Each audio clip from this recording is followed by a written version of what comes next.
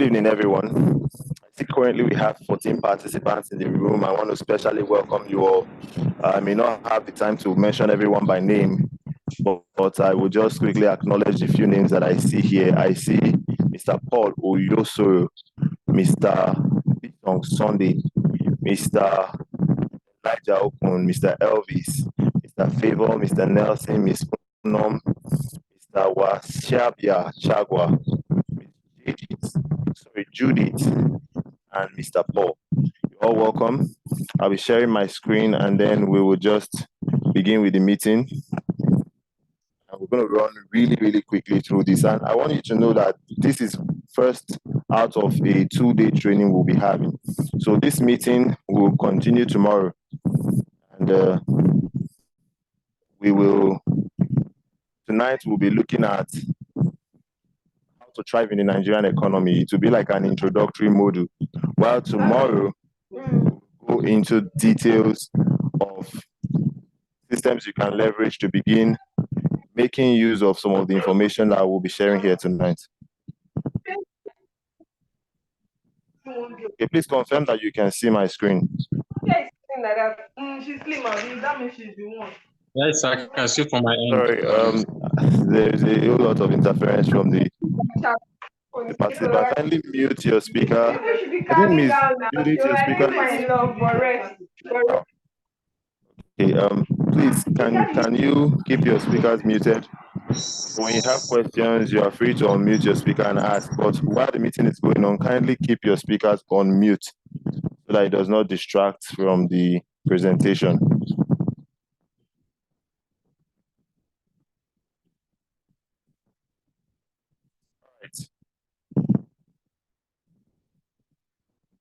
So we'll be beginning with a short introduction where you get to learn a little bit about me for those who don't know me well enough.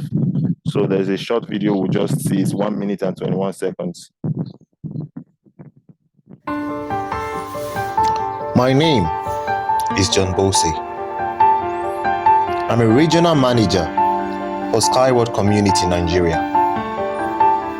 I'm a social welfare officer with the Ministry of Social Development and Gender Issues in Edo State. I'm an alumnus of the Teach for Nigerian Fellowship. I am the founder of the Elite21 initiative.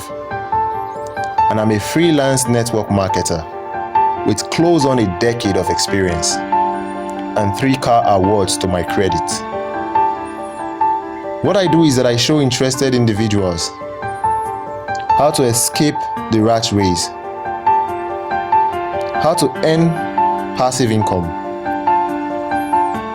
how to become co-owners of multinational companies valued in several billions in dollars. I am dedicated to continuous self-improvement, and I am happy to work with you. Thank you.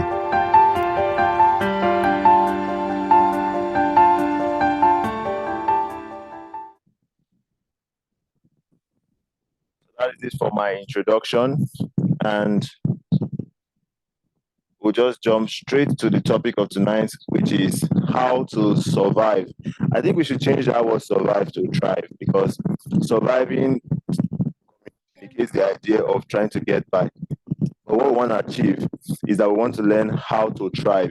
We don't just want to survive. We want to thrive, because it's one thing to, survive, and yeah, it's not so bad. You're just getting by one day at a time. But thriving is when you have gotten to a point where no matter what happens, you are in control of your finances. No matter how the economy is playing out, it's not something that affects you or catches you off guard.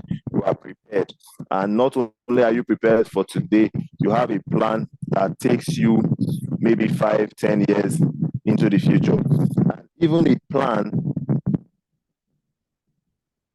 okay, I think this might be the network. I just saw a comment saying that the sound is cracking. Now I have my 2 devices connected, so I'm having none of such challenges. So it might be a network issue. I think maybe we might try switching to a different network. Is everyone experiencing the same issue with my sound cracking? Yes, your sound is cracking. Okay. All right. I could maybe try something. Let me toggle my network. Let me see if I can switch from this to a different network. Perhaps the network might be the issue. Let's see.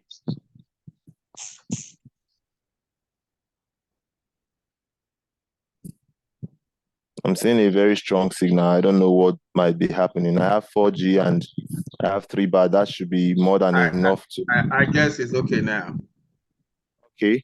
So the thing here is that my sound very, very clear. However, between when I say a word and then it gets communicated through the network to you, something may have happened. But I can assure you that my equipments are well in order. So it might be the network. But I can assure you of one other thing. The recording of this event, this meeting, will be made available to you. So if you do not catch some of the words that I say during the meeting, you can watch it again, watch the replay, and then, that will help you fill in all the gaps. So that we don't have to pause and always go back to, So I'll share the replay and then we can just watch that. All right, so like I said, we need to thrive and not just survive. And then there are 3 assignments, I believe, 3 God-given assignments that each and every one of us, be you male or female, have to carry out as it concerns money. We have 3 assignments: how to make money, manage money, and how to multiply money. So these are the 3 assignments that we have been given, because if you learn only how to make money, you find that you always have to go back and make more money. In other words, you will always be working. You will be someone who, they say, who make money and does not keep it, will find themselves going back to make money again. You will find that you are always repeating the cycle. You will get stuck in sort of a rat race. If you have learned how to make money, the very next thing you need to learn is how to manage it. Now, when you have properly carried out the assignment of making and managing money, you need to learn how to multiply that money. In other words, you need to learn how to use that money to make more money for yourself, so that you can free up your time and begin to enjoy many of the other intrinsic values, like spend time with family, go on vacation. You need to free up your time so that you can attend to other concerns. Life is not supposed to be lived in the pursuit of money alone. The pursuit of happiness does not contain or it does not rest solely on making money. As a matter of fact, there are other things you should focus on: your health, family, actualization, pursuing your passions, your hobbies, your interests, and all of this. So we need to learn these 3 things in order to live life to the fullest. All right, let's start with the first one, which is making money. Now, some of you might be familiar with, give me a moment. Okay. Some of you might be familiar with author 𝗶𝗀𝘀𝗀𝗶𝗃, who wrote this book called Cash Flow Quadrant. In that book, what 𝗶𝗀𝘀𝗀𝗃 was saying was that there are 4 ways in which we make money. Someone's mic is unmuted. Mr. 𝗄𝗲𝗋𝗋. Okay. Mute your microphone. If you have questions, keep them to the end of the meeting and we will attend to them.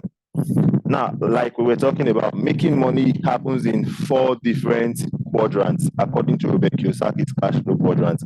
We have the quadrant for employed and for self-employment. Now, this quadrant can be grouped under what we call active income category.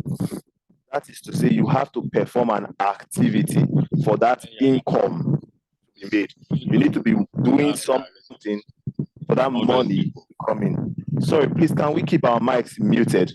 Can we keep our mics muted? Please do not unmute your mic unless you are called upon to ask a question. Thank you. like I was saying, there are 4 quadrants of cash flow. We have employee quadrant. Now, this quadrant deals with those who own a job. They go and they work for a period of time, and their employer pays them a certain amount as a salary, wages, as the case may be. Now, after those categories of people who own a job, we have people who create a job and employ themselves using their skills. Perhaps you are a fashion designer, you are a hairdresser, and then you create a workshop where you attend to your clients and you sell your time to your clients in exchange for their money. Category, or in this quadrant, the employee quadrant, and in the self-employed quadrant, you are actively selling your time for money. You are performing an activity that brings in your income. If you stop the performance of that activity, your income will stop. So we group this under what we call active income. And then we have passive income quadrant. Now, in the passive income quadrant, you operate on the law of leverage. What is leverage? Leverage is when you find a way to take advantage of other people's X. That X can be other people's time, other people's money, other people's skills, other people's network. It's a way to find how to use the resources available that is not strictly your own.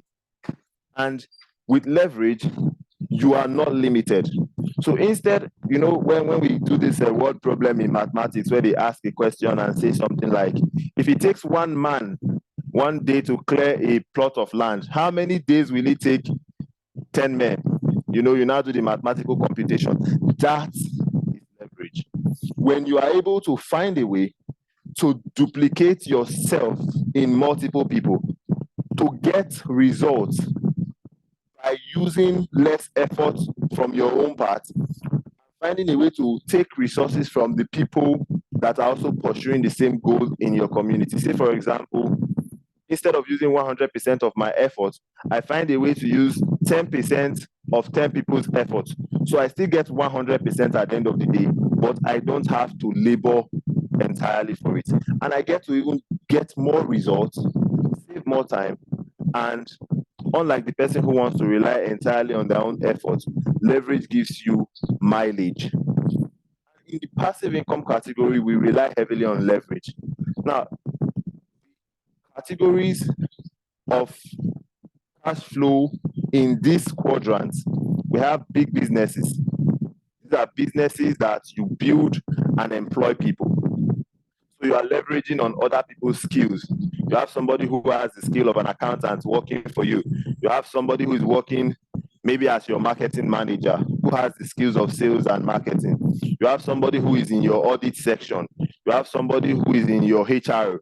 So you have different skills working in your organization so that you, who may not know what it takes to be, an accountant, by employing someone who has that skills, you're able to leverage their skills for the good of your business. So in big business, you operate on the law of leverage because you hire people to work for you. And when you do that, you get to free up your own time. Now we have investments also in the category of passive income on the right side of the cash flow quadrant. Investment is when you use your money to make money for yourself. That's to say, you find a way to use your money to buy an asset that appreciates in value over time. Now, there are several kinds you can do. For example, real estate investing in the stock market and buying shares. So there are many kinds of investments you can do, but basically investment is when you use your money to buy something, an asset that appreciates in value over time. Now, it's important to note that investments require time. The appreciation of value is due to the function of time. You buy a piece of real estate, for instance, and after some time, that area develops and the piece of real estate appreciates in value. And now, if you were to sell it, it will be worth a lot more than it was bought for. This is with investment. So when somebody tells you about investment that do not require time, you want to be careful so that you do not fall into a Ponzi scheme. All right, so when you have understood properly how to make money, you will see that there is something that is quite important. And what is that? That is the time and money debate. What is the time and money debate? It's the question of between time or money, which is more important. Now, I want you to write in the comment section, to you, between time and money, which is more important? Let us see some responses. So we have two resources. We have time on one hand. We have money on the other hand. All right. So Ms. Unom says time is more important. Someone else, Mr. Let me just read through. Mohammed Jubri says time. Mr. Chagwa says money. Mr. Elvis, time. We have a lot more time than money. I agree with time. And you know why? It's quite simple. I try to look at both resources and ask one question. Which one leads to the other? Now, you see, with more time, you can create more income. Like you can make more money with more time. So if you had more time, you can actually make more money. But do you know if you have more money, you cannot buy more time? So that if you have 50 years to live on it, and within that 50 years, you're able to make $50 million. That $50 million cannot buy you an additional day on it. However, with time, say you have 100 years to live, even if at age 50 you have 0 naira, you don't have any money, you can use the remaining 50 years of your life to still make money and end up a very successful person. With more time, you can make more money. And with more money, you cannot buy more time. So what does that tell you? Time, ladies and gentlemen, is more important than money. Now, if you think about the cash flow quadrant we just looked at, you will see that the people on the right side of the quadrant, that's the employed and the self-employed, they sell their time for money. They go to work. For those who have their own thing, they are maybe selling their time to, they have self-employment, they are selling their time to their clients. So you open your shop as a tailor and you attend to your clients, you sell your time because you're using your time to perform or render a service to your clients. So you are selling your time to your clients in exchange for the money they will pay you. Or you are employed, you are selling your time to your employer from Monday to Friday, 9 to 5 or 8 to 4 as the case may be, 5 days a week, 4 weeks a month, and you get a salary at the end of the month. So you are selling your time for money. Now, time is more important than money. So you want to figure out how you can use your money to buy more time freedom by moving yourself consciously to the right side of the quadrant. So if you are working for money and you're selling your time for money, your goal when you are making that money should be, how can I use this money to create systems that will free up my time and help me earn passive income? Let us just look at that slide once again. Now, the goal is that when you are in the active income quadrant, I don't know if I can circle that. So when you are in this active income quadrant, your aim should be how to move yourself to the passive income quadrant. So if you're an employee currently, you want to be looking at how can I save some of this money to maybe start a business, scale the business, so that that business will be paying me enough money that I can someday retire and spend time with my family without compromising my ability to make more money. Let me tell you a short story. Two men were given a project to get water to a village. Now, one of the men immediately called his sons and went to the nearest stream. They started fetching water with buckets and bringing it to the village and selling to the villagers. Immediately, they started making money. So they were doing what? Active income. They were performing an activity and they were making money. Now, the second man went and started building a tunnel. Started tunneling from the stream to the village. Actually, not to the village, from the stream to his house. And then he spent about 6 months digging and drilling that tunnel that will bring the water directly from the stream to his house. After completing that project in 6 months, water was running in his house. And guess what? He opened the tap and called the villagers to come and start fetching water. And they started paying him and fetching water. Now, let us twist the story a bit. Let us say the first man who called his children to help him fetch buckets of water from the stream falls sick and is no longer able to go to the stream and fetch the water. What happens? He stops making money. But the other man who has brought the water to his house, even though he falls sick, what he can simply do is to hire a person to sell the water. And he will still make money despite the fact that what? He's not actively performing an action to bring in that money.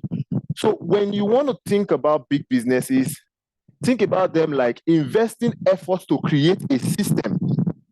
That system will now start paying you after you have stopped working. So that is why it is passive income. You have already performed the activity. You're no longer performing an activity, but the income is still coming. So your goal should be to move yourself to the passive income category in order to free up your time. Because we have just seen that what? Time is more important than money. All right, so if you have questions from this module on making money, note them down while we move to the second module, which is on managing money. Let me quickly say again that you need a jotter, a writing material. Write something down. If anything strikes you in the course of this conversation, note it down. All right, so why do we need to manage money? The first thing you need to know is there is income. We have just talked about how you make money. Now, the reason you need to manage it is because there is something else, which is what? Expenses. There is income, there is expenses. Just like we have assets and liabilities. Now, in the face of income and expenses, you, as an individual, you are always deciding. You are always making decisions. Today, you are deciding, what should I let go of? What should I buy? What should I save? What should I invest? You are always in the process of making decisions. And that is what speaks to management of money. Because if you make bad decisions, even if you are making a lot of money, you will not be able to use that money to do anything meaningful. So let us talk about managing money. Before we go on to talk about managing money, I want to tell you about the cost of living crisis. I'll just talk about two aspects of this crisis. Number one is Naira depreciation. Ladies and gentlemen, let me show you something very interesting. If you look at this, right, you can see my screen, right? So I want to show you something very interesting. Let's move this to the middle of the screen so that you can actually see that clearly. So if you look at the price of Naira to dollar today, can you see that? Left side of my screen. You can see, type how much you see a Naira is trading to a dollar today in the chat box. So please note that this first one is restricted, which means you can actually, this is not the price.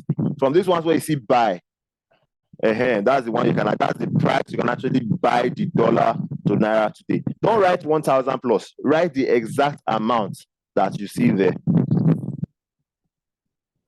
Thank you. So we have around 1,000 Naira dollar.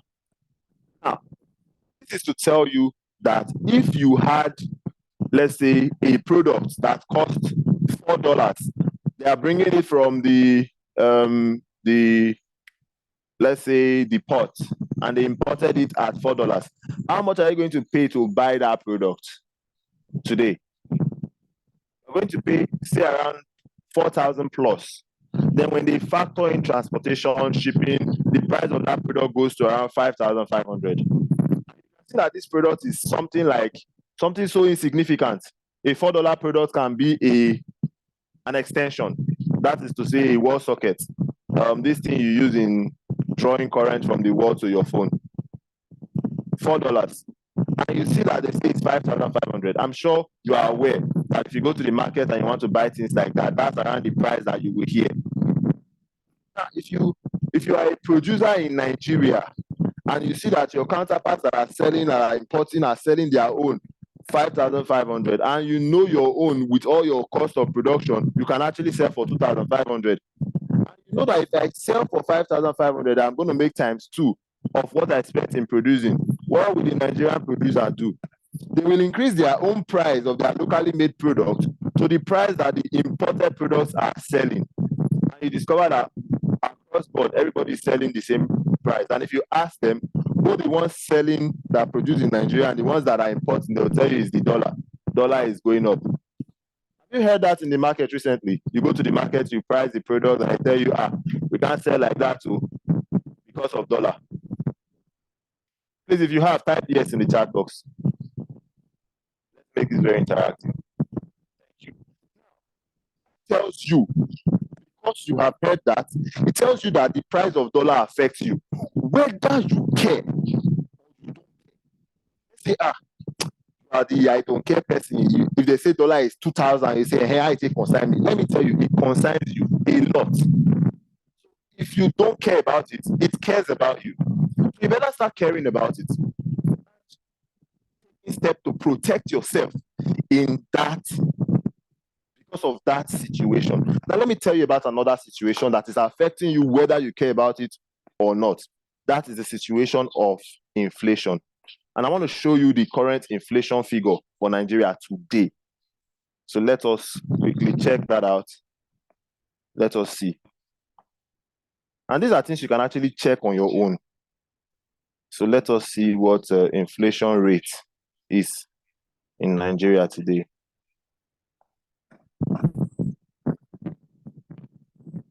All right. So, okay, this is the trend. I'm looking for the current figure. So what is the current inflation rate? Can you see that? All item year on change. Okay, this is just not as apt or as exact as I want it to be. Let me see if I can change my search keyword. Just need a figure.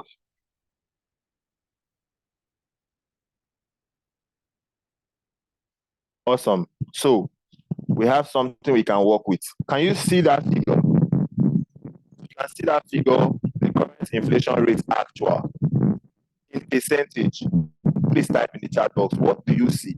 That's the current inflation rate. That approximately, somebody should type in the chat box. I want to confirm that we are following.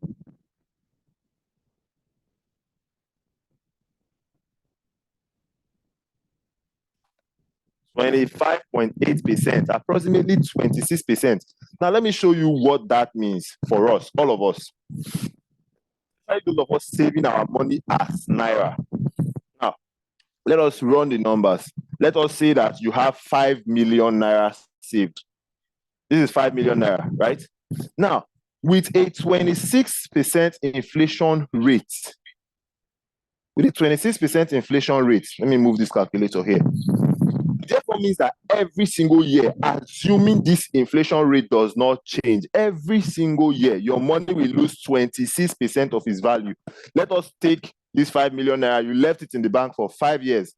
Now, this was going to happen. Year 1, let us reduce that by 26%. Now, the money will be showing you 5 million. You will check, you will see the 5, you will see 6 zeros in the back. But the value of that 5 million, because of inflation, is now, after that first year, is now worth 3.7 million Naira. So the reason most of us are not concerned about inflation is because we don't see the actual difference in the figure in our bank account.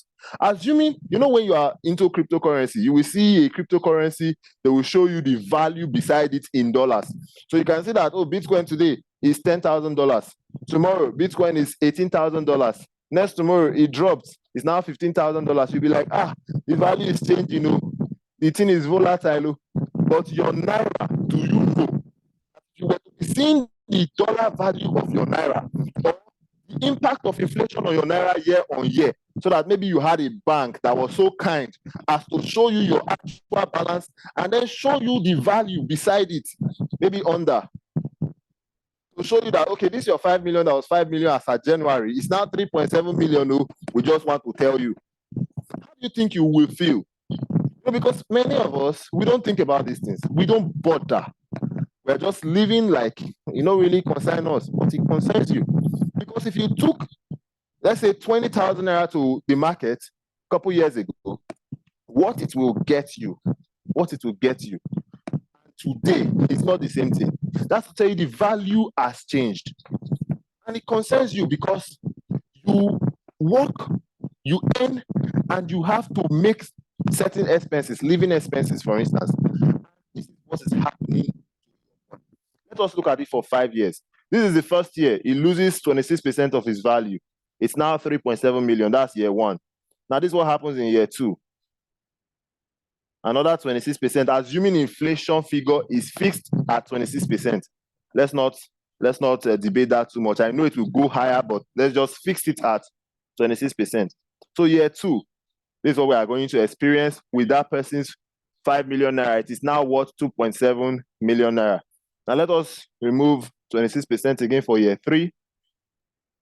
Then year four, another 26%. And then lastly, in the fifth year, we take out another 26%. You see what happens? Your 5 million naira as at 2020. In 2025, you did not do anything at all. You did not do anything, absolutely nothing. That money is now going to be worth value of 1,109,503 naira as at 2020. That is to say, what that 5 million can buy 5 years later is the exact same thing that 1.1 million could buy. That tells you that 3.9 million has gone out of the value of that money. Does that bother you? Yes or no? Type in the chat box. Does that bother you? Yes or no? Are you bothered by that fact? Someone just typed sure. Amazing thing is that many of us don't even care about this. We are not even aware that this is happening. We just, you see people save huge sums of money in the bank, and I'm scared. You see people go to the bank, and I'm amazed when I see that people go to the bank and they're excited. A lot of their money is there. People are excited. People are happy.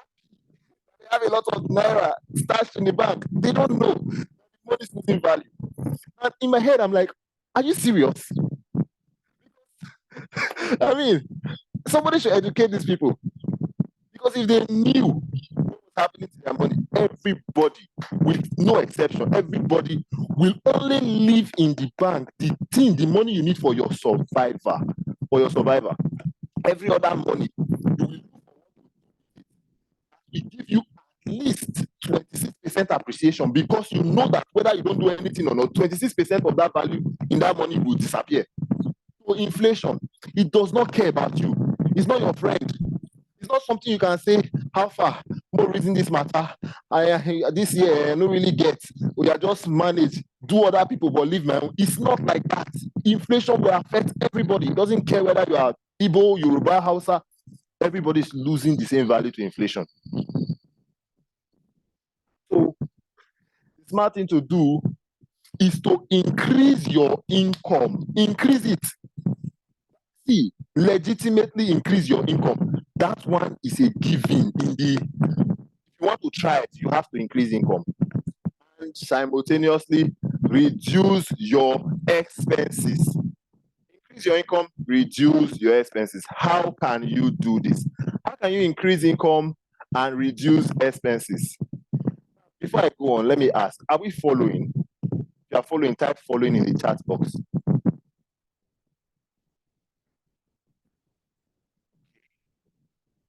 Okay.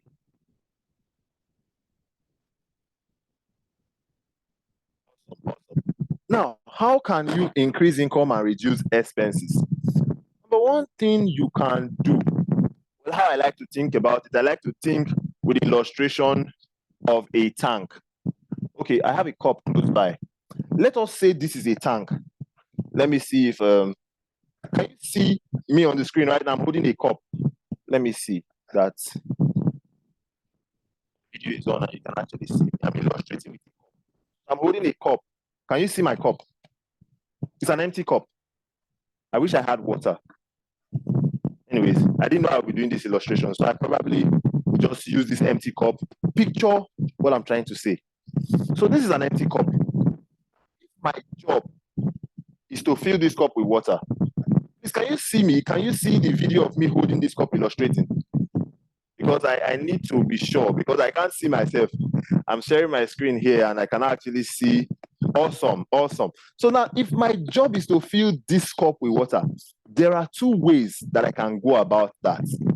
Now, the first method, which is what a lot of people are doing, is that any water that drops into this cup, I make sure that I keep it.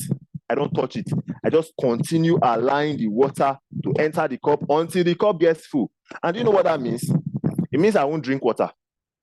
It means that I won't use water from this cup to, okay, it's a small cup, but I want you to imagine it's a tank. It means I will not wash plates. It means I will not bath. It means I will not, what else do I use water for? You know, clean, drink, you know, bathe, you know, everything that water is needed for. I won't use it because I am saving my water. And what does that mean? It means I will be a very smelly person, at least for one. I thank you, cook. Somebody just mentioned cook. I won't cook because I don't want to use the water. I'm saving the water. People save like that. They don't touch their money. You will see some people who trek distances very far to go to work because they don't want to spend on transportation. They will justify it by saying themselves, price of transport don't go up. Do you know that if you fall sick, you will spend more money treating yourself for that distance you are using your walking that distance to save money, and at the end of the day, you probably fall sick and spend more of that money you were trying to save treating yourself in the hospital. It's being penny wise and pounds foolish. So that's the first method. People try to keep all the drops of water that enters into their cup without touching it. So they become misers. They are always trying to adjust. Their income is, let's say they earn 100,000 a month. The 100,000 is 100,000. Inflation is removing 26%. The currency depreciation is removing other percentages. But they are always struggling. This 100,000 naira, they go to the market, they want to price and price, they spend their time trying to find the cheapest, the best bargain in the market. So, you know, they spend like 3 hours in the market trying to buy things that fill a small nylon because they are looking for the cheapest bargain, the best bargain. So when we look at that time and money debate, you see that they are wasting so much time because they want to save money. Because to them, money is more important than time. Here is, you need to do the second method. And what is the second method? Second method to fill this cup with water or this tank with water is to put more pipes into the cup. So if I have this cup and I have my salary as one of the sources of water, you know, we're illustrating with water, but basically we're talking about income. So if I have my salary coming in and filling this cup up, and I have an investment bringing in some water into this cup, and I have a big business that is built on leverage, bringing in some money into this tank, and I had maybe royalties from books that I had written and published, bringing in, you know, I have different things. I have like, say, 7 sources of income, for example. That's like the millionaire's minimum. 7 sources. And this cup is being replenished from different angles. Do you think I will care how much water leaves this cup? As far as I know, water will leave because expenses are inevitable. You don't have to do anything for you to make expenses. For instance, we are here in this meeting. We're already making expenses. Data is going. You don't have to do anything. I was just told by my mechanic that I needed to change my tire. A week later, he told me I needed to change the second one. I had to buy 2 new tires within close succession. Then driving alone means you are expending fuel. So the moment you start the ignition, fuel is going, money is going. And once it finishes, you have to replenish it. Otherwise, you will park the car. You know, expenses are happening all around you. Every single time I'm running my generator to have light for this meeting, expenses are happening all around me right now, whether I care about it or not. What can I do? Find a way to increase income. See, the minimum that you should have is 4 sources of income. 4 sources of income. There are 2 ways you can have 4 sources of income. Number 1, you can look for a way to use the cash flow quadrant idea, where you have employed, self-employed, big business, and investment. And your goal should be to have one thing in all 4 quadrants. So in the employed quadrant, you should have a job that brings you money. In the self-employed quadrant, you should have a skill that brings you money. Whether you are a hairdresser, a fashion designer, something bringing you money. In the big business quadrant, see that thing you are doing as a small hustle, your small business. Look for a way to scale it so that you employ people, free up your own time, and then you get more results by leveraging on other people's skill, other people's time, other people's resources. Grow your small self-employed business into a big business. Hello? Okay, I believe I'm communicating. Or look for a system that you can partner with, a big business that works, and affiliate yourself with them. There are many you can do. For instance, network marketing is one of the ways you can immediately join up with a good system that works and begin to leverage and grow a sales team that will give you passive income from the little commissions you earn on a massive structure. This is something I've been doing for over 8 years, and I can tell you it is one of the most amazing ways to quickly escape the rat race. And the last is to have investments. So this is if you are using the cash flow quadrant model, you want to have a minimum of 4 sources of income. You can use that model to say active income. One, you have something you do as an employee, something you do as a self-employed person, something you do for big business, and something you do for investment. So if you have 4 of those going for you, you already have 4 sources of income. Another model you can use to have 4 sources of income is look for a way to earn from a physical product, then physical service. Then in number 3, a digital product. And number 4, a digital service. Let me give you instances of all these 4 things I just mentioned. A physical product, say for example, you wrote and published a book and you are selling it as a product. Or you buy and resell. You are into drop shipping, you buy and you resell something. Maybe you are selling hair, human hair, or Brazilian, or whatever it is. You are selling something physical that people can interact with, something people can touch, feel, you have a physical thing, whether you are the one producing or you are buying and reselling physical products, you have that going for you.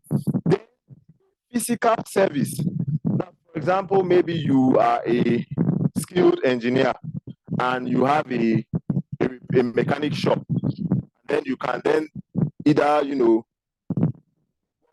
or outsource, have other mechanics that you hire that do repair jobs. That's a physical service. People come physically, you service their vehicle, they pay you, or you have a company, you hire people, they service people's vehicle, whatever the model is, a physical service. Physical service can also be, let's see what other example I could use. Physical service. Let me see.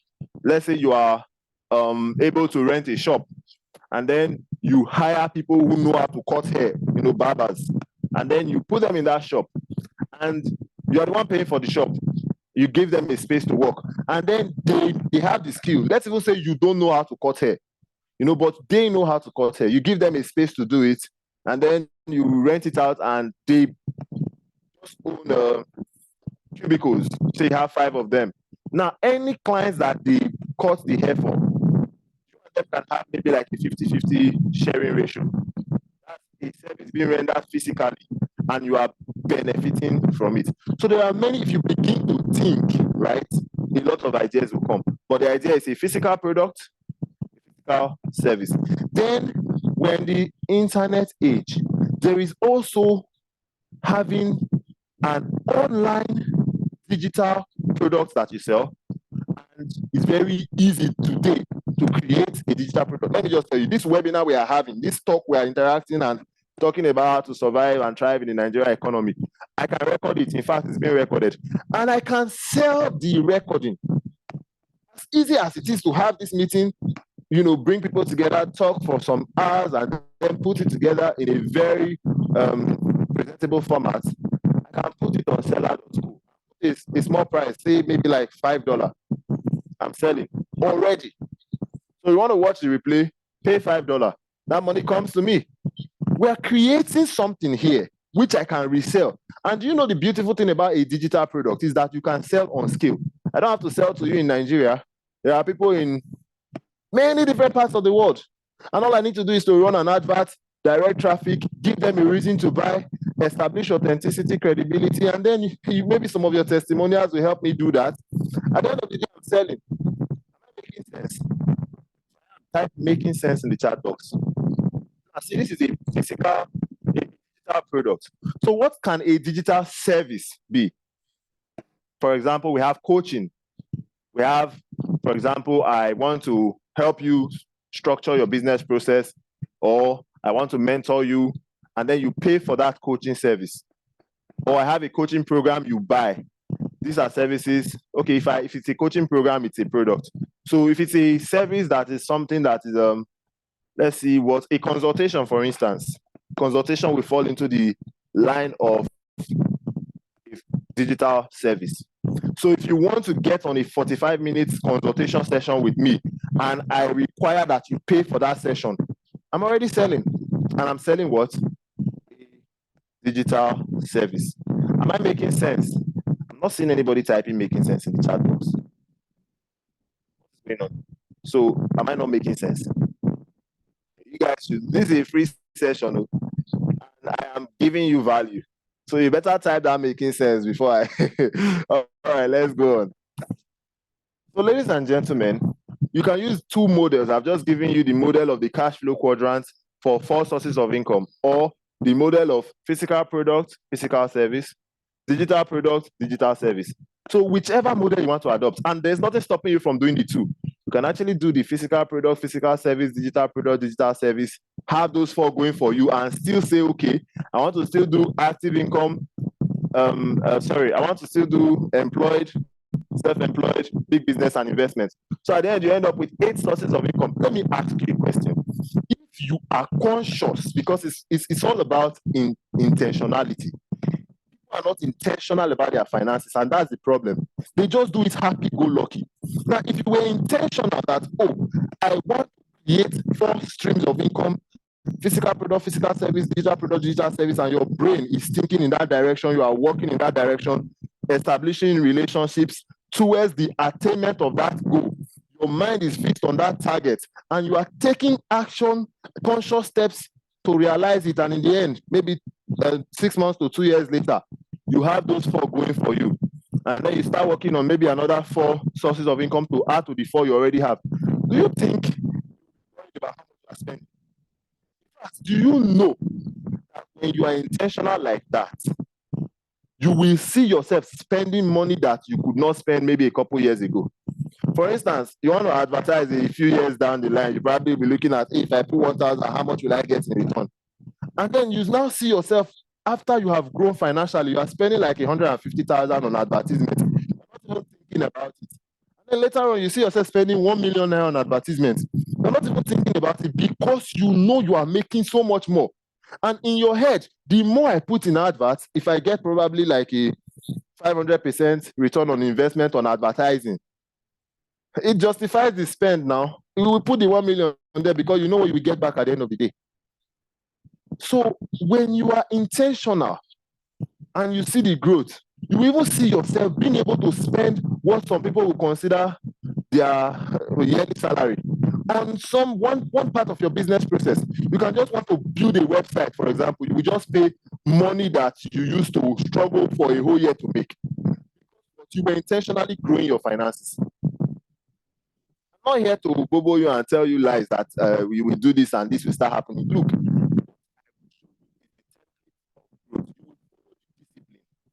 get the breakthrough and start thriving. But it's important that you have the knowledge, and that's why we are here tonight. All right, so let us talk about, we said you have to increase income and reduce expenses. I've just given you 4 models to increase your income. Let us talk about reducing your expenses. Let's talk about budgeting. Let us talk about savings. Let's talk about investing. Let us talk financial planning. People don't like to hear this word financial planning because it requires discipline. Oh my God. See, month begins, for those who do their financial planning month by month, how intentional are you to close last month and start a new month on a fresh slate to tell yourself what I will spend and stay religiously disciplined to follow that template? See, some of you don't even know what your monthly spend is. You spend every month. So this is what I'm going to ask you to do as an assignment. Take home. Go to your bank app, the major bank that you use. Download your statement from the beginning to the end of last month, to 30th of September. We're in October. Do that. Check how much came in. Check how much left.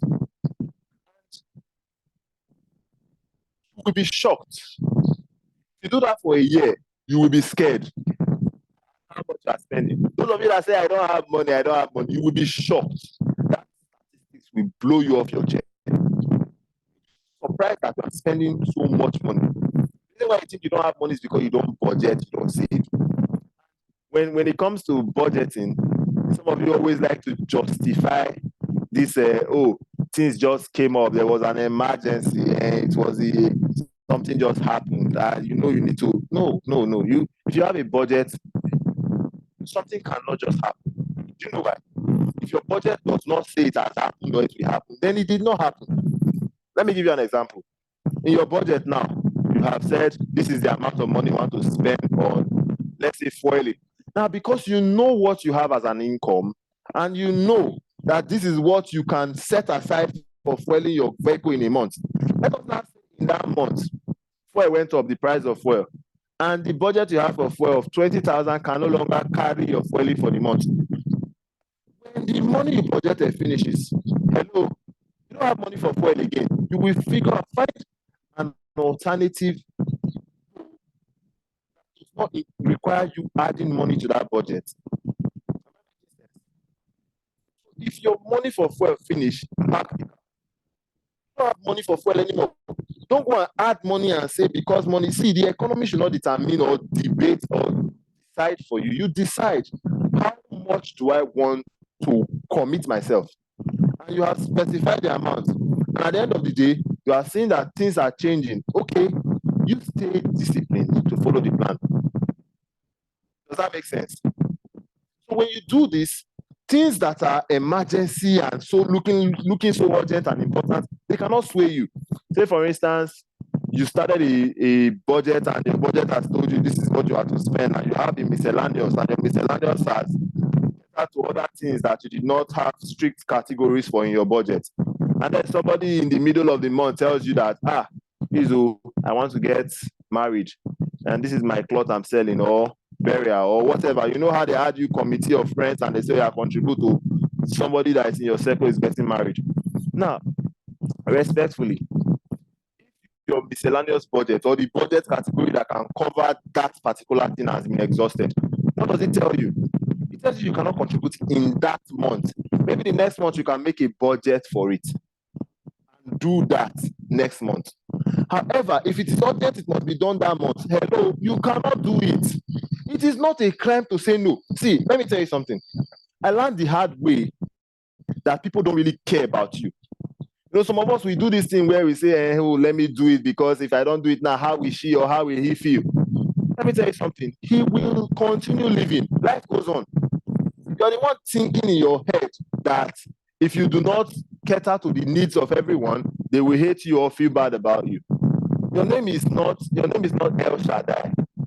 If you continue to behave like El Shaddai, you discover that it is almost as if you are living a life that says, I shall die. You cannot help everybody.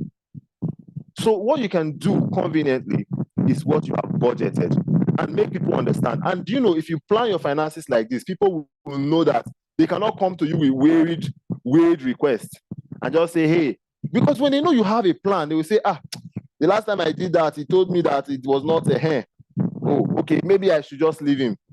You wouldn't even hear certain kinds of requests because people know you have a budget. And if they've asked and you've told them, look, I didn't have a budget for this, so let's see what happens next month. The next month they want to ask and they remember your last reply, they will advise themselves to let you be. because they know you're operating with a plan. But if you don't have a plan, then they will make a plan for your finances. If you say it's village people, they know you don't have a plan. So it's really you, it's not village people. So all those hello, somebody is sick, oh, we need money now. They know when they called you the last time you sent it now. When you say, oh, okay, well, I'm not saying you should not respond to emergency. You should have a budget for emergency. In fact, you should even have an emergency fund. There is a lot that you can do when you take the financial planning very seriously. However, the most and the best you can do is to have a financial planner. No, these people, they are knowledgeable about financial planning, so they will help you organize your finances, but you will pay for it. All right, let's go on. If you are following, type following in the chat box. Following. Let me see that in the chat box. All right. Let's see. I see a lot of new persons have joined in the meeting. Awesome. Thank you for that feedback, Mr. 𝗶𝗀𝗻𝗁. All right, so let's talk about savings. On savings, let me run really quickly. What I'll just say here is, do not save what is left. Rather, spend what is left after saving. So when you have your income at the beginning of the year, don't just start spending and then say, okay, whatever is remaining, let me save it.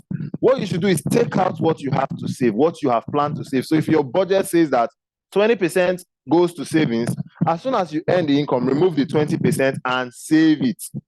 In fact, you should have the savings that is emergency fund that goes to your emergency fund, and then the savings that goes to your savings account. And you should know the difference between those accounts. In fact, in your emergency fund, you shouldn't even have an ATM to that account. That is money that speaks to the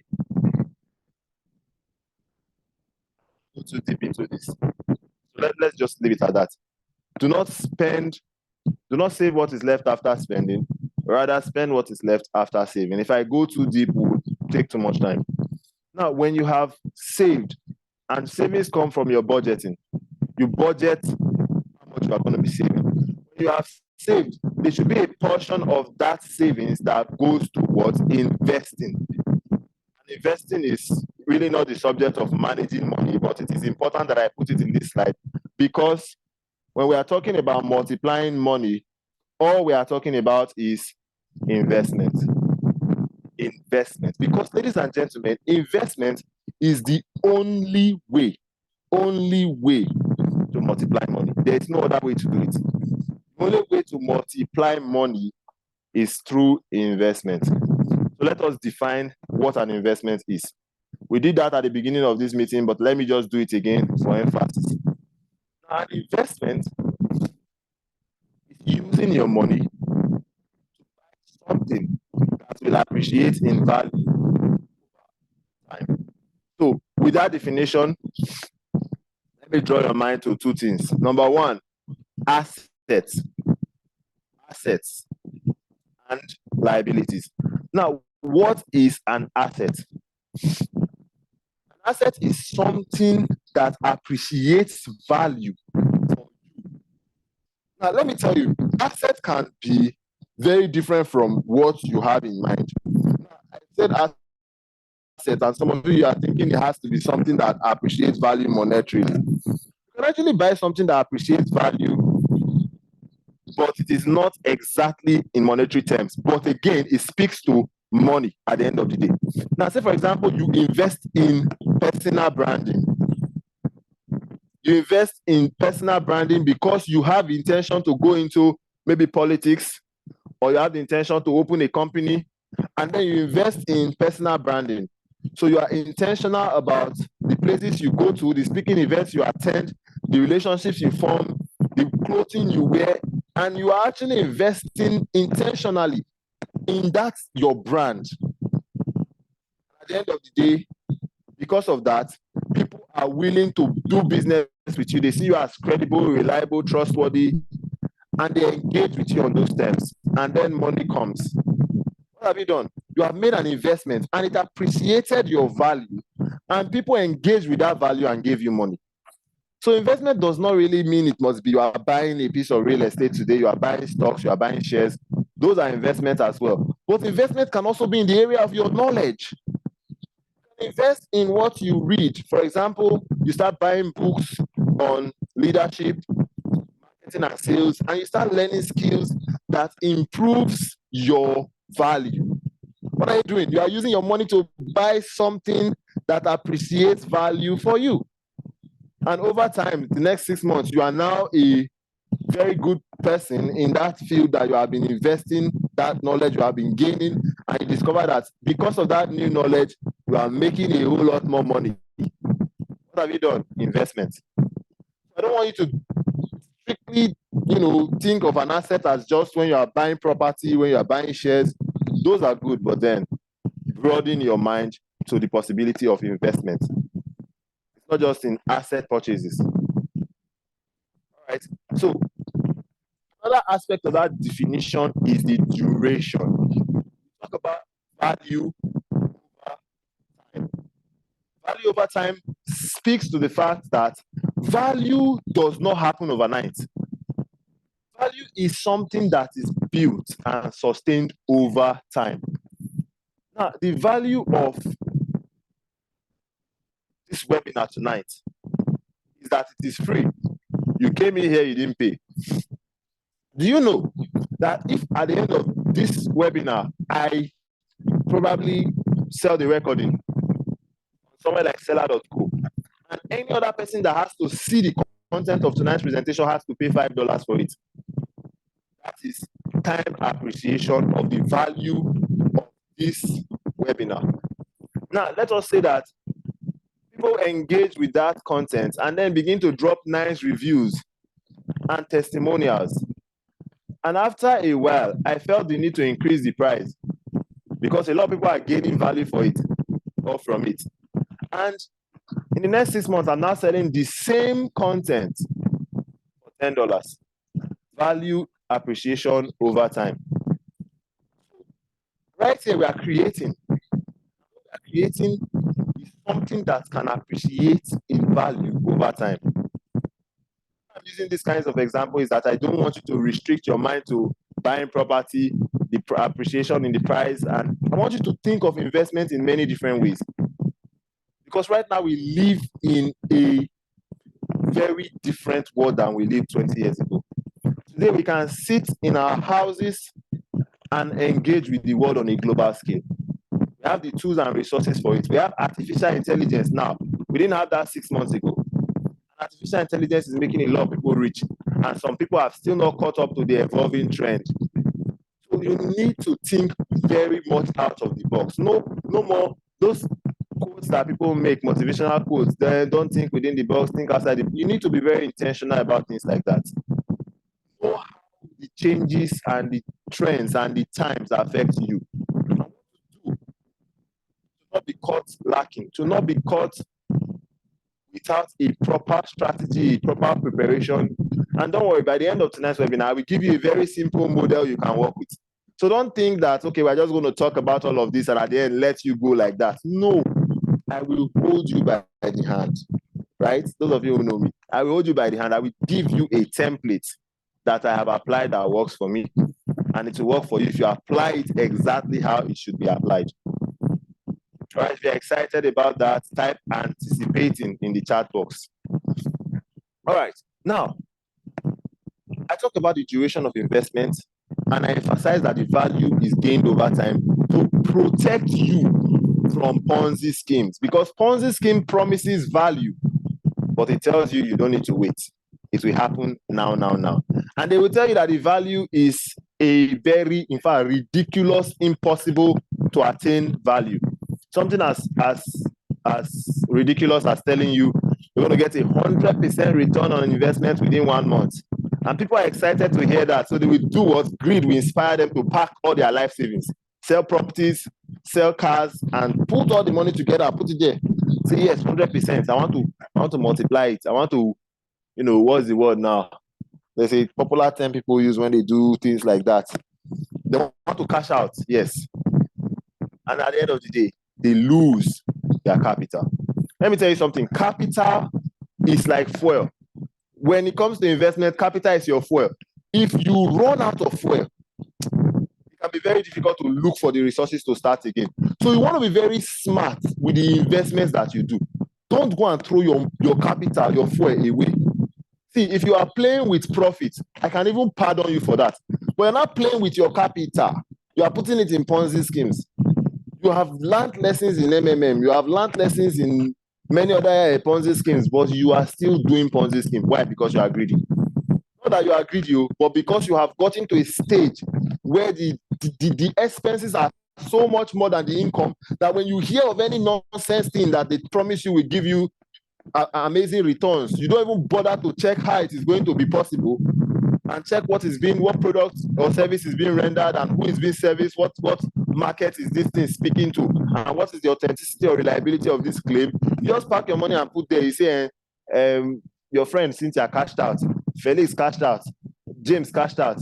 You want to cash out, and then you lose because these people, that's what they do. They get a few testimonials and then they get enough people to. When they hit their target, they fold up. So if you don't even know how to detect a Ponzi scheme from a genuine business, but don't worry. Tonight, well, not tonight, but we will try and address some of these things. I have a YouTube channel where I talk about some of these things, and if you go there, youtube.com/𝗁𝗶𝘀𝗀𝗶, you will see some of the content I've put out there, and you can begin to educate yourself at your own pace. Let's talk about types of investments. We have investments in stocks. What are stocks? Stocks are portions of ownership in companies. It can be local companies listed in the local stock market or foreign companies listed in the international stock exchange market. It can also be private companies unlisted in the stock market. And to access those ones, you need to go through special channels. We'll talk about that later. Then we have investment types. We have bonds. We have real estate. Many of you are familiar with that. We have mutual funds. We have commodities. We have annuities. We have options. And of course, we have knowledge. I talk about investing in knowledge a lot because you can only do so much when you know. It is knowledge that determines how much you can do. I don't know how to put that in a way that you will understand it. You cannot do more than your knowledge. Let's put it that way.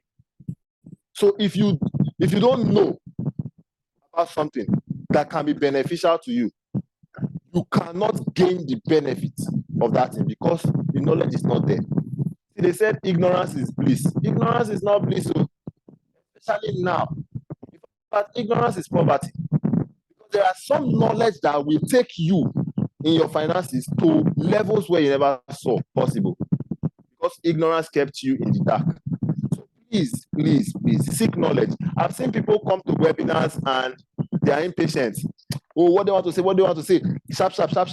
And you'll be like, this person is not hitting the nail on the head. My dear, impatience will not help in the pursuit of knowledge.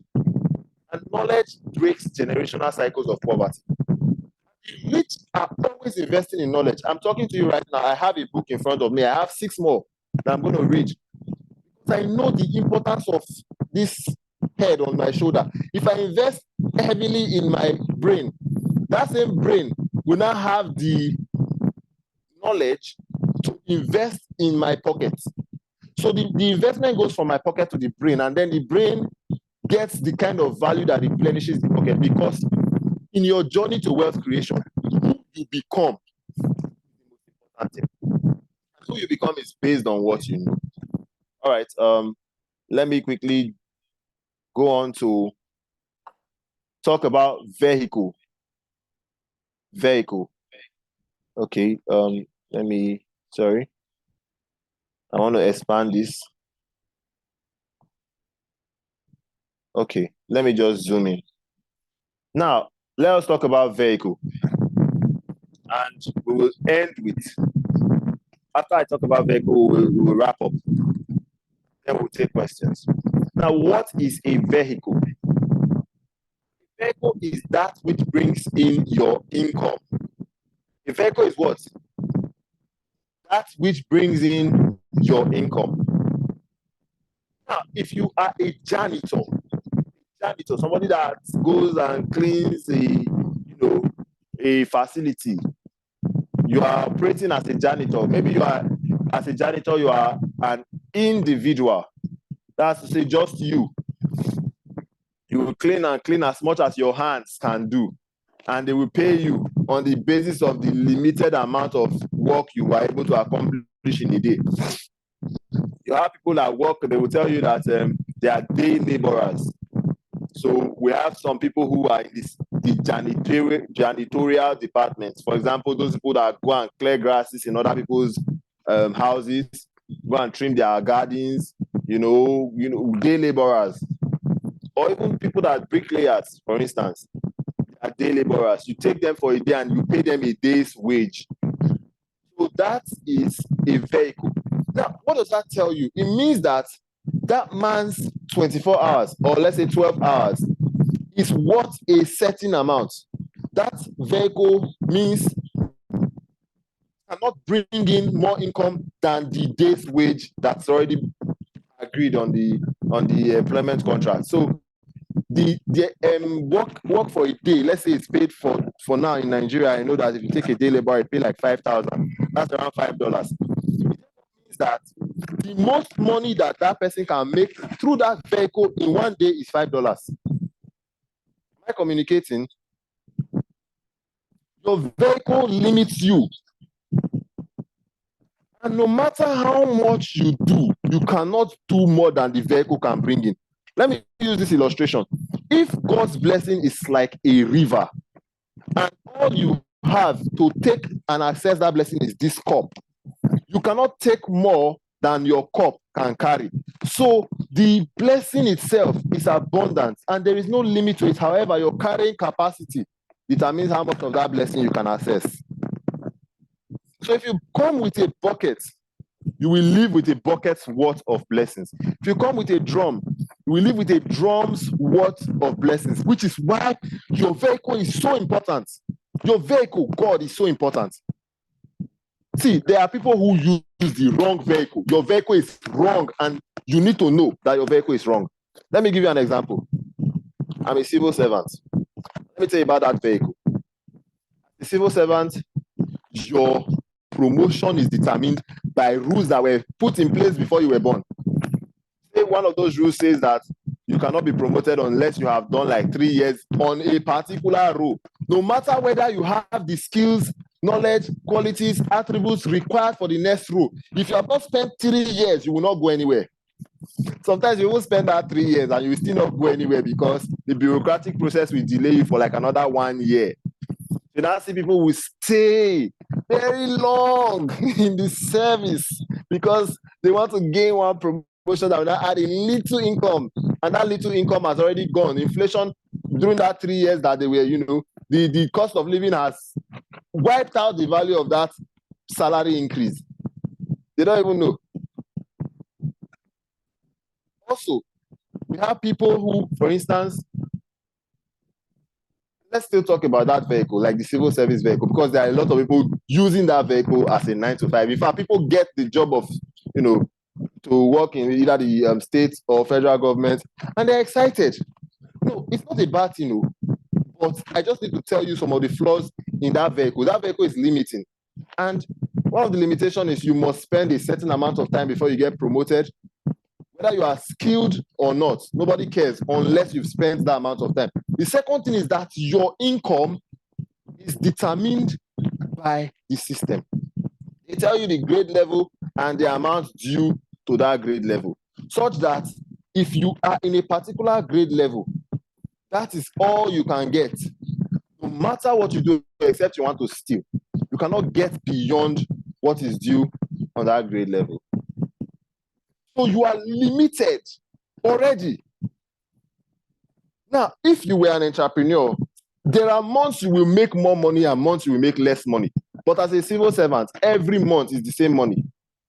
And your expenses are not the same. So why should you be making the same money every month? It makes no sense. But that is what that vehicle has promised, and that is what that vehicle can deliver.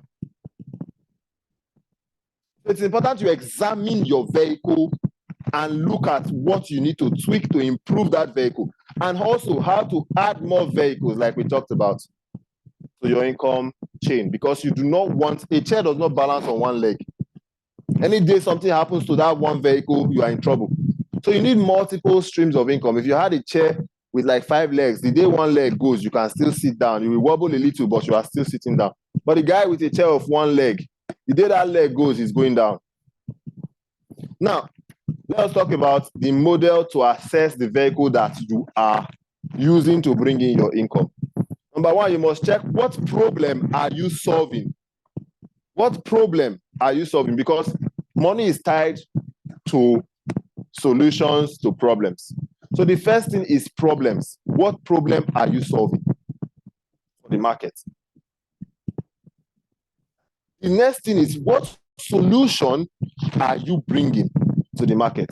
The third thing is what market? What market are you servicing? What market?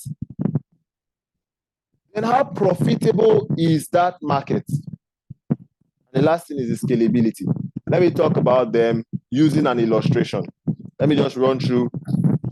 Now, we have the phone market, for instance. What problem are the makers of your smartphones? What problem are they solving? The problem of communication, obviously. Now, everyone is communicating, so everyone is buying a smartphone. Now we are communicating on deeper levels. Before now, we used to just make and receive phone calls and send text messages. But right now, we have Zoom, we have video calling, video conferencing. We even have remote working. You can basically work with your smartphone nowadays. So a lot has changed, and phones are no longer just devices you make and receive phone calls with.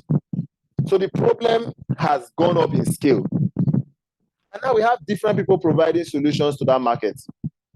And we have Samsung, Infinix, itel, different brands providing different solutions. And the market's profitability can be assessed by the number of users that need that product and the frequency of use of that product. Let me give you an instance. If I buy this phone, it comes with a 12 months warranty at least. That's to tell me that I will use it for 12 months without needing to change it. But if I were to go out now and pay for transport to go to my office and work, by the close of the day, I will still pay again to come back home. So the frequency I need to pay for the service of transportation is not the same frequency to pay for a smartphone. If I buy a smartphone once, for like 12 months, I may not buy again. But if I go out in the morning and I pay transport, I will not now enter the next bus, come back home and tell that driver, that guy, I know they pay. This money I pay for transport, why I go come pay you again? We will fight and he will beat me. Are you with me? So frequency determines how profitable that market is. So that's why if you see, for example, if you want to buy shares now, you want to buy shares in companies that produce phones, you can think about the profitability in terms of the frequency of how often customers will be buying their product or service, what market share they have in that market. You can also think of profitability in terms of frequency. Transportation business, for instance, will see more frequency of use. And therefore, if it is something that maybe has a significant market share in that industry, would bring more profitability to investors than investing, for example, in the purchase of a smartphone gadget. So the last thing, scalability. If you are doing something, you must have a plan to scale. When you're talking about scalability, that service that you are rendering to 10 people, for instance, you are in this meeting, we have about 20 participants. Okay, we have 14 participants currently. This very meeting, we can scale it. In a second or subsequent session, we have 500 participants. There must be a growth plan. And that plan is what we refer to as scalability. Now, let me just give you a model for surviving the Nigerian economy. In savings, and please get your pen and paper and write, because I left this to the end deliberately because I want to give this to those who stay till the end of this meeting. You have your pen and paper ready. Type yes if you do in the chat box.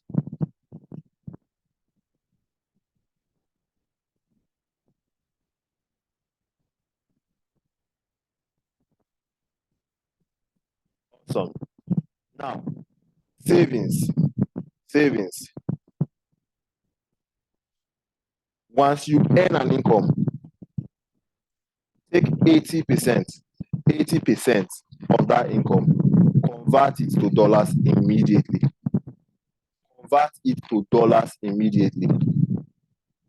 Why? Let me show you. I want to show you something, or perhaps not. Let me not show you that. But, okay, maybe I should. I'm already here.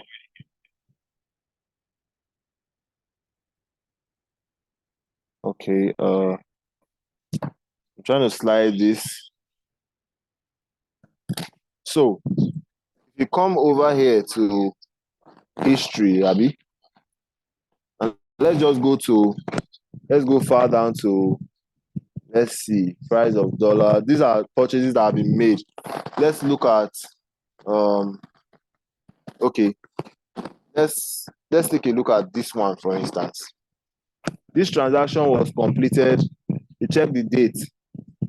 It was completed on the 5th of 07 is what now?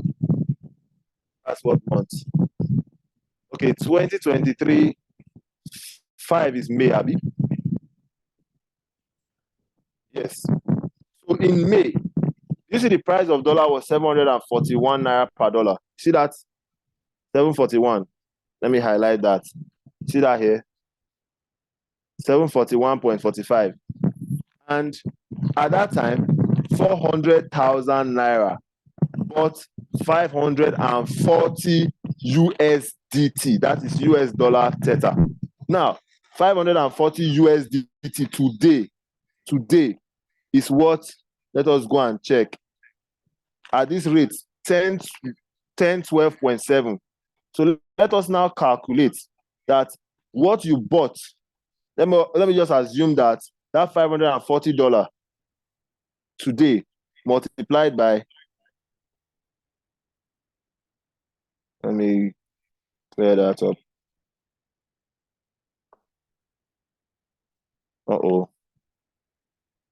Okay.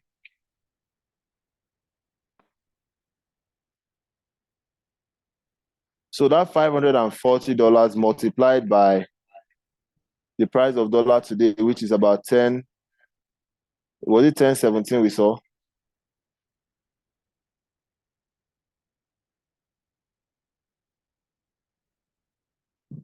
Okay, 10.13.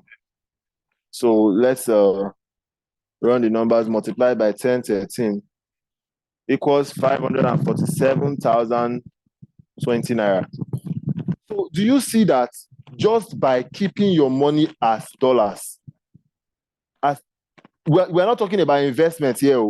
We're not talking about anything. Just as soon as you earn, convert 80% of it to dollars, can help you prevent the loss of value due to what?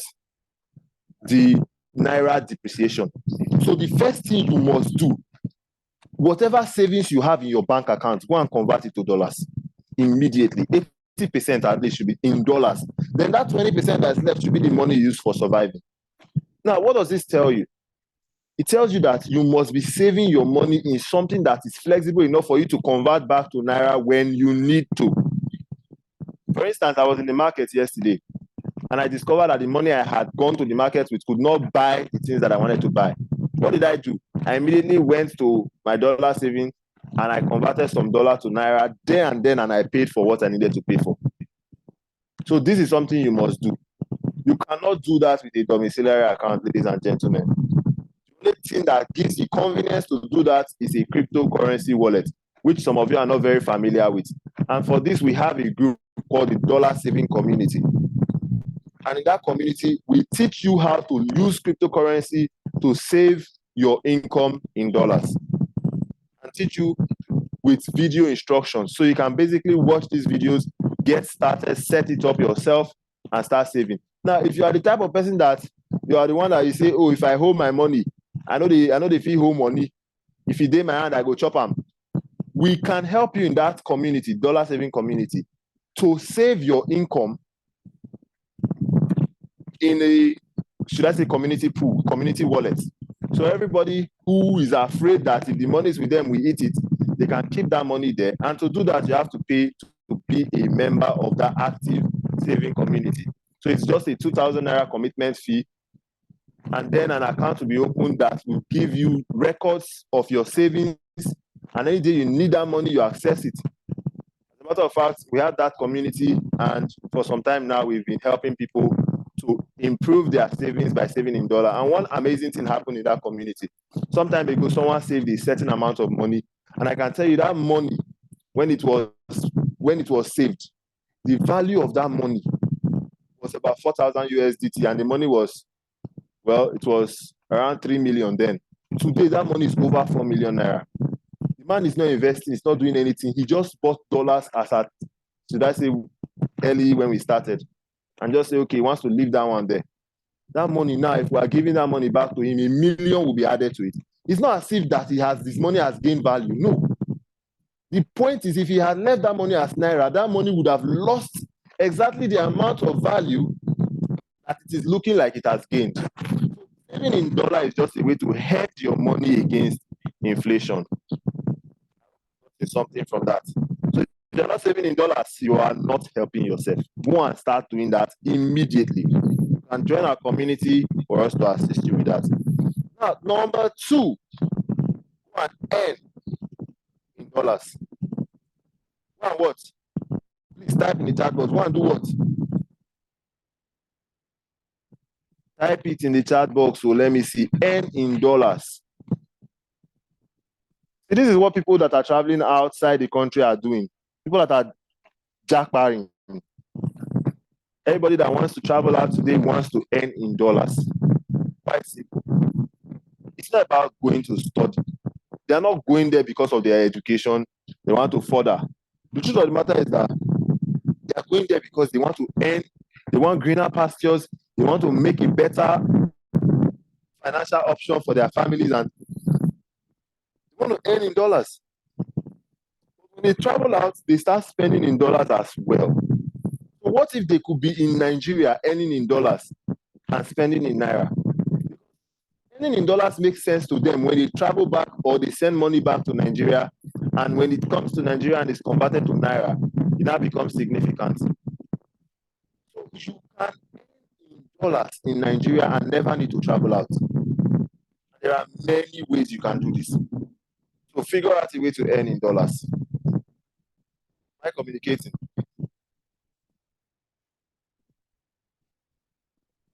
Tomorrow I will share with you 2 ways that I earn in dollars. Tomorrow's meeting, we'll be looking at 2 ways that I earn in dollars, and I will show you practical steps on how you can start earning in dollars from that very tomorrow, leveraging these 2 systems that I will share with you. Finally, when you have found one way to earn in dollars, find multiple ways to do the same. If you are earning in dollars, say for example, from Amazon KDP, you publish books, you sell, and then you get paid in dollars.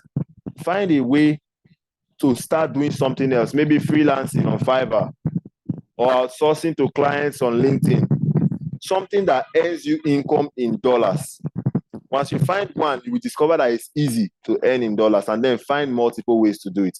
You can buy company shares, companies that are multinationals that pay dividends in dollars. You can leverage investments that pay in dollars. You can publish books, do reviews. You can even do content creation. And then when you have a good channel, you can monetize. YouTube start paying you in dollars. You can do the same on Facebook or even TikTok, but find something that pays you in dollars. And when you found one, look for multiple ways to earn in dollars, and do that leveraging on your smartphone. It is very easy today because this is a very amazing time to be alive. There are many things you can do with artificial intelligence today we could not do many years ago. There are many things you can do with social media today that you could not do many years ago. And there are two things that I will show you tomorrow that you can start doing to be earning an income in dollars. So today, let us run through what we have covered. We talked about how to make, manage, and multiply money. We talked about the need to save in dollars, to earn in dollars, and to find multiple ways to increase your earnings in dollars. And tomorrow, we will look at Skyward Community, a platform that allows you to invest directly in private multinational companies yet to be listed in the stock exchange market, and just how much wealth that can create for you. In fact, transgenerational wealth. And then we will talk about Streak, an ecosystem that allows you to earn from trading and staking cryptocurrencies, especially USD Tether, and also give you access to an ecosystem that has the most advanced blockchain technology and a product that serves both end users and financial institutions as well as governments.